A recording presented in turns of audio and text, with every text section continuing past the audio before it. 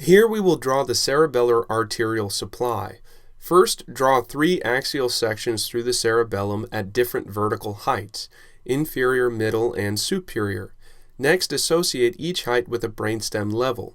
We have already drawn the brainstem arterial supply elsewhere. The inferior cerebellum neighbors the medulla, the middle cerebellum borders the pons, and the superior cerebellum neighbors the midbrain. 3 arteries supply the cerebellum: the posterior inferior cerebellar artery, the anterior inferior cerebellar artery, and the superior cerebellar artery. First, show that the posterior inferior cerebellar artery supplies the entire inferior cerebellum. Then further indicate that it divides into lateral and medial branches, which supply the lateral and medial regions of the inferior cerebellum respectively.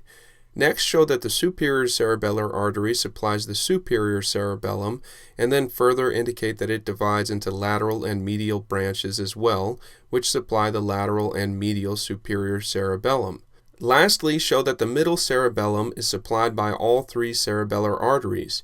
The anterior inferior cerebellar artery supplies the anterior middle cerebellum, the posterior inferior cerebellar artery supplies the posterior middle cerebellum inferiorly, and the superior cerebellar artery supplies the posterior middle cerebellum superiorly.